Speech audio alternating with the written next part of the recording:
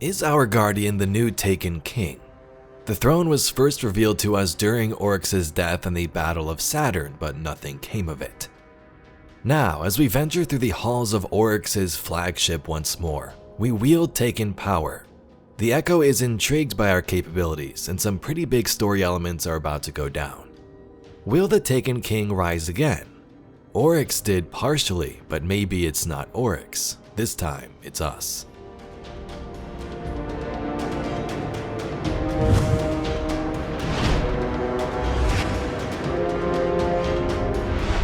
During the Taken King expansion, Mara Sov and Eris Morn made a plan.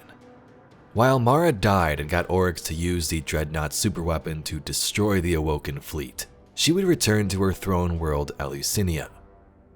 Next to that, Eris Morn would guide the Guardian through the ship to take out Oryx. We learned the secrets we needed to do so, becoming Ascendant, traversing tomb ships and entering the throne of the Navigator himself. Oryx was destroyed by the Guardian, leaving his throne wide open for the taking. And we invited the wrath of Oryx, destroyer of light, taker of will. Only Ascendant Hive move between ruptures. To reach Oryx, you must walk in the dying footsteps of his son. You must become Ascendant. In the King's Fall card, Tolan the Shattered speaks about the Guardian not claiming the throne, and he's furious. Where are you going? No, wait. Listen. I was right at first. In the ever-expanding, blighted place, even light must obey the sword logic. Even you Guardians, you best and brightest of the dying dawn, you drew blood in honor of the Taken King. The War Priest did his duty, and you did yours. Oryx was challenged, yes, but challenged in the way of the Hive, which is to say that challenge is worship, is challenge, is power. Sword logic, you played your part well. You were not supposed to touch the light. How did you find your way into the King's cellars? How did you even recognize that benighted draught for what it was? Do you not know that the Hive pursue light precisely for the purpose of devouring it, with slavering jaws and slick, greedy, gulping throats? How did you take, or rather untake, the blighted light that Oryx gathered to offer in sacrifice to Akka and ignite it so that it burned and burned the darkness? It was barely light anymore, but you took it, and when you took it, you did not keep it, you set it free. You fools! You disastrous, bumbling squanderers. It's not right. Who now shall be First Navigator, Lord of Shapes, Harrowed God, Taken King? Not you. You might have been kings and queens of the deep, but you have toppled Oryx and you have not replaced him. There must be a strongest one. It is in the architecture of these spaces. Why are you leaving? You are dead. Your throne waits empty. Blasphemy! Blasphemy! My brother is vanquished. Court scattered. Temples ransacked. My brother is dead, and his killers have not assumed the mantle of the Taken King. Blasphemy! Blasphemy! How can the spear that pierced 1,000,000 worlds be killed by those who would deny the all-edged truth? Although the Guardian didn't take the throne of the Taken King back then, someone else did. Well, kinda, someone else took some power from Oryx. That character was none other than Mara Sov, and in the Witch Queen Collector's Edition lore, she destroyed a pyramid with the help of Eris Morn using this power. The journey to 136199 Eris was very difficult for Eris Morn. Mara Sov had charged herself with some metaphysical qualities salvaged from Oryx the Taken King, which made it extremely difficult for Eris to tolerate her presence. Mara Sov was reticent and snappish, probably lingering trauma from her death in the similar Battle of Saturn. Whatever transpired between them remains private. So Morozov has some power from Oryx's death. Was it all of it? Does the power or position of the empty throne still exist? No one knows, but it is interesting to think about. Beyond the pyramid ship destruction here, we don't know what else Oryx's power allowed Mara to do. And even if she still has the power, it would have come in handy for sure around Lightfall when those pyramid ships were hovering above Earth. The shockwave strikes. Mara dies. In one way, she is vaporized with her catch, the bonds between the very particles of her body questioned by the harrowing logic of Oryx's weapon, and found inessential. The mechanism of devastation is spontaneous fission. The author of the devastation is laughing in joy. In another way, a more true and symbolic way, she is impaled on Oryx's blade. She has thrown all of her might at him, and he has answered. He has snubbed her fledgling divinity and her meager claim to royalty. He has exposed Mara to the raw and caustic hostility of his high war. She has been defeated by the sword logic. She dances down the blade and steps into his throne world. The harbingers give her the gate, and she takes the step. She is dead, consumed by Oryx. She is dead in his will, his ascendant realm. There was no other way inside except this true way. Inanna at least gave her people some warning. She told her minister to have her worshippers lament, drum, pray, and lacerate their buttocks. Inanna told her minister to beg the gods to save her.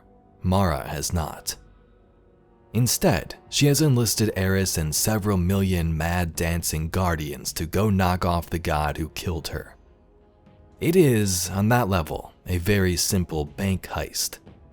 Get yourself taken into the treasury as treasure, and when the owner dies, break back out with his stuff. But even Inanna had to send everyone away before she passed through the last door. Mara thinks of everyone she has ever known, all the people she has lost, back to even the Yang Liwei and that ray of light in the deepest darkness. She is there again, on the tether, falling into the mystery. Her brother is crying out after her, trying to follow, and she cannot look back. She has been thinking of a logic of her own, of secrets and hidden designs.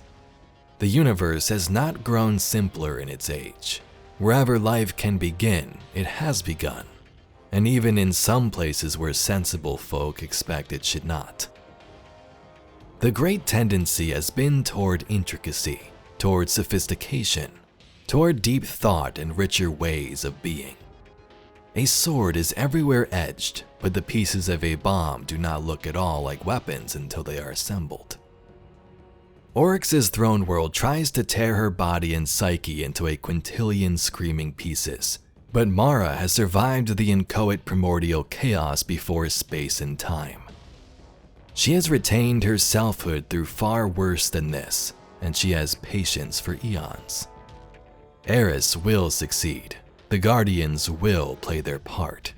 When the power in this world is free for the taking, Mara will take it. Not as the victor taking spoils, but as a scavenger takes a prize component for her masterwork. When a pawn reaches the far side of the chessboard, it may be promoted to a queen. And what hatches when you promote a queen? What new board does she claim her place on? Mara knows. She settles in for the long wait entirely alone, almost at peace with it. My queen, you were right. The Guardian was the key. For the first time, the whispers are silent. It is done.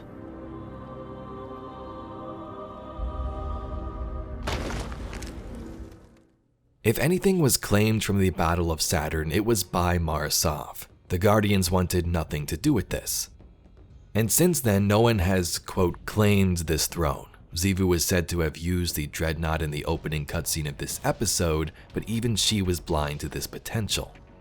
Savathun used the power to take before, but I believe that's because she had Quria Blade transform. I could be wrong though.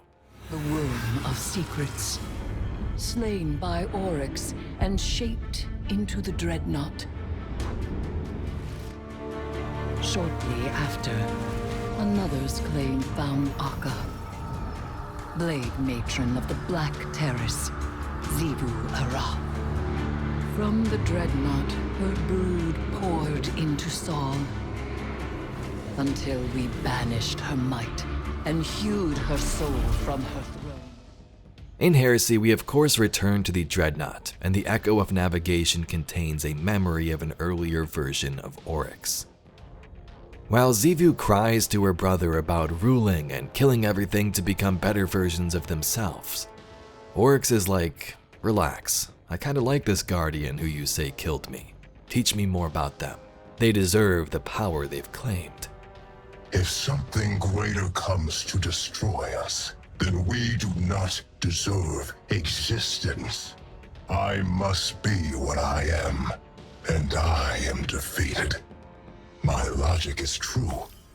This is proof eternal. Now, the Taken King was Oryx.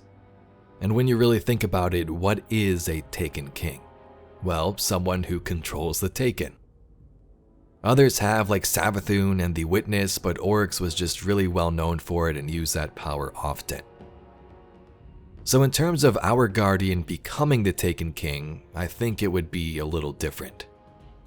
I don't think we'd wield the power to rip beings to the Ascendant Plane, alter their form through torture, and bring them back as an army.